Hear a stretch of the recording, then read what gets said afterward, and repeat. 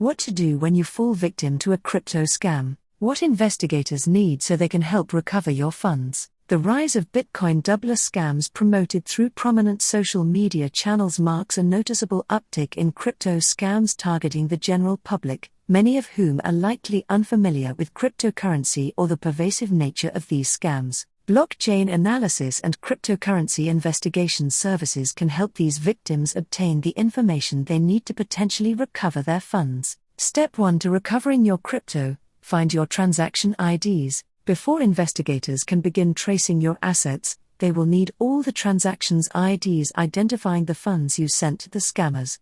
These transaction IDs will allow investigators to follow the money and see exactly where your coins are moving. While it is still possible to conduct an investigation without transaction IDs, knowing these will expedite any investigation and reduce potential complications. How to identify a transaction ID? On most blockchains, a transaction ID, TXID, is a unique string of letters and numbers that represent a record of the movement of cryptocurrency from one address to another. This can sometimes be referred to as the transaction hash. This hash identifies the date, time, sending addresses, receiving addresses, transaction amounts, fees, and more.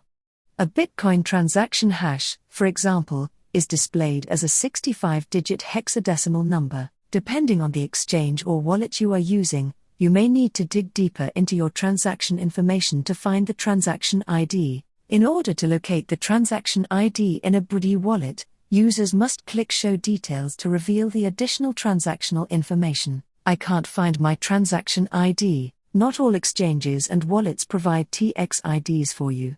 However, because most blockchains are public, you should still be able to find it yourself through Blockchain Explorer websites like blockchain.com. Using Bitcoin as an example, start by locating the address you sent your Bitcoin to and paste this into the search bar of the Blockchain Explorer website. This will display all incoming and outgoing transactions to and from that address.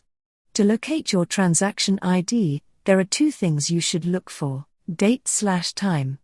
Amount sent. If the date/time and amount received match with your transaction, then you can identify your transaction ID by locating the hash associated with the transaction. My transaction ID doesn't match my address when searching on a Blockchain Explorer. If you believe you have identified your transaction on a Blockchain Explorer by matching the data/time and transaction amount, but the sending address doesn't match your sending address, there is no need to panic. If you sent your funds from your account at a cryptocurrency exchange, your deposit address at the exchange will rarely be the same address that is used to conduct outgoing transactions. This is because of the way cryptocurrency exchanges typically group outgoing transactions to maximize cost efficiency. What you are likely seeing is an address associated with one of the exchange's hot wallets.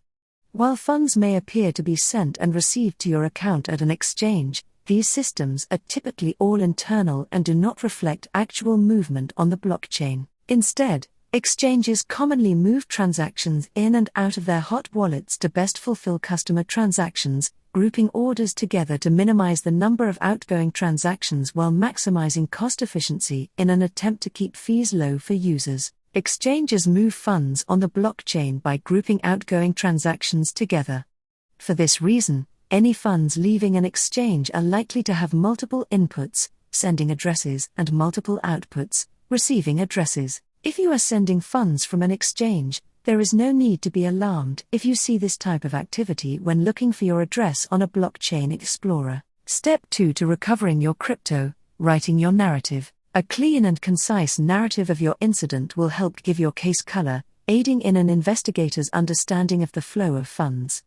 Important information to include in your narrative are: all transaction IDs, where you sent your crypto from, private wallet, account at exchange X, etc. Where you believed you were sending your funds, perpetrator's private wallet, arbitrage account at XYZ, etc., and any details regarding the scam and scammers. Additionally, law enforcement will usually require proof of ownership of the original source of funds. Please ensure that you still have access to any accounts you initially used to send money to the scammers. I was hacked. Do these steps apply to me? Yes. Investigators will still need the transactions' IDs for the hack and a complete narrative to contextualize their trace. Next steps: contacting law enforcement and reporting to IC3. Reporting mechanisms for cyber crimes such as crypto fraud vary from country to country. In the United States, you can go to your local police station to lodge a complaint. You can also report the crime to the Internet Crime and Complaint Center, IC3, at www.ic3.gov. In Europe, Europol is a great resource for finding the reporting website of your country, www.europol.eu/report-a-crime/report-cybercrime online.